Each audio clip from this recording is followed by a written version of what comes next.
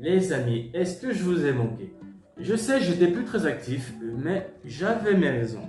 Ça fait 8 mois depuis la dernière vidéo et je sais, j'aurais dû faire de nouvelles vidéos, mais j'avais le bac à passer et du coup, je n'avais presque pas le temps, zéro time pour faire de nouvelles vidéos. Et comme tu t'en doutes, c'était plutôt pépère, hein. Je suis passé tranquillou bilou et je vous en ferai une vidéo parce que j'étais au bord de la crise cardiaque. Et du coup, salut à toutes et à tous, ici Red et aujourd'hui on aborde le cas Fast and Furious. Alors, gros film de la décennie ou déception, c'est ce qu'on va voir tout de suite. Et comme d'habitude, n'hésite pas à t'abonner et à lâcher un pouce bleu. Et surtout, c'est parti pour le film. Et nous revoici pour parler de Fast and Furious, une saga mythique qu'on ne présente plus et qui aura marqué des dizaines de générations. Tout commence avec la première du nom qui, en 2001, va poser les bases d'une longue série de courses de voitures ô combien intenses. Réalisé par John Singleton, celui-ci va générer près de 500 millions de revenus en 2019, le passant ainsi comme l'un des plus grands chefs-d'œuvre cinématographiques. Et alors, on aura droit à 9 films, en plus des spin-offs, ce qui pose un peu le background de la série. Toutefois, malgré les bonnes qualités qu'on peut lui attribuer, 9 films, ça fait beaucoup et à chaque fois, on n'arrête pas de tirer sur la corde et ça devient de plus en plus redondant. Le film a tellement été mal critiqué, mal noté, qu'on obtiendra même une note de 2,7 sur 5. C'est pas bon. C'est vraiment nul en termes de qualité, surtout pour un Fast and Furious. Mais avant tout, je vais te parler du synopsis pour que tu comprennes au moins de quoi ça parle. Après les événements du film 8, Dom et Letty, accompagnés de leur fils, mènent une vie tranquille, loin de tout. Puis un jour, son équipe refait surface pour le prévenir d'un complot mondial auquel est impliqué son frère. Maintenant, je vais vous donner mon avis sur le film, ceux que j'ai appréciés et ceux que j'ai pas du tout appréciés, les bons côtés comme les mauvais côtés.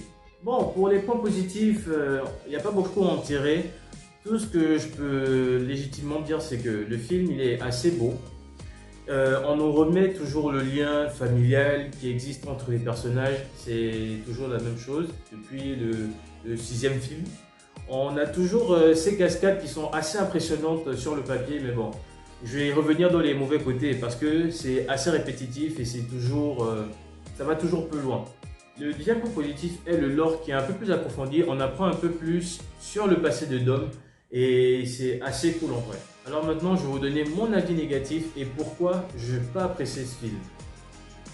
Le film, c'est un total condensé de tous les classiques du genre. Aucun effort n'a été fait sur le scénario et surtout, les cascades qui sont vraiment abusées. Et sinon, on en parle des cascades? Parce que moi, j'étais outré de voir la manière dont ils ont un peu explosé les limites physiques qui existent. Oubliez la scène du début où il se faisait canarder et il y avait pratiquement 10 soldats à ses trousses et il s'en sort finalement indemne. Où ils se font pourchasser dans un champ de mine et au final personne n'est blessé à part les ennemis. Tout le monde s'en sort bien. Et pour la fin, le plus incroyable dans l'histoire, c'est qu'ils ont allé dans l'espace avec une voiture.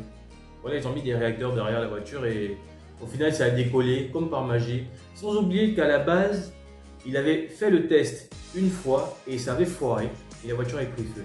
Et comme par magie, tout le monde s'en va sur la Lune et c'est aussi simple que ça, tu n'as plus besoin de prendre une fusée. Il suffit juste d'avoir une voiture et un réacteur. C'est aussi simple que ça. Pour tout vous expliquer, alors j'ai pas du tout accroché au film. Le film, il y avait trop d'incohérences dans ce film. Ça a trop surjoué, ils ont voulu mettre du punch là où il fallait pas. Ils ont voulu nous mettre du lourd. Déjà quand tu vois le trailer, tu sens que c'est du lourd. Moi, j'ai été hypé par le trailer. Je pensais que j'allais avoir quelque chose de caritatif, quelque chose de bien, quelque chose de travaillé, mais non. C'est toujours la même chose. On tire sur la corde pour obtenir que dalle. Franchement, c'était vraiment décevant. Bon, ce sera tout pour cette vidéo. J'espère qu'elle vous aura plu. Ne m'envoyez pas des messages de haine, s'il vous plaît. C'est juste mon avis personnel. C'est juste une vision plus travaillée parce que je trouve que ce film a beaucoup de potentiel. Il avait beaucoup de potentiel. On aurait pu faire mieux que de maximiser le tout sur des cascades un peu tape à l'œil et on aurait pu obtenir quelque chose de vraiment intéressant. C'est un peu dommage. Sur ce, c'est tout pour cette vidéo. N'hésitez pas à lâcher un pouce bleu et à vous abonner et surtout à me laisser votre petit commentaire. Je serai très heureux de vous lire et on se dit à la prochaine. Ciao!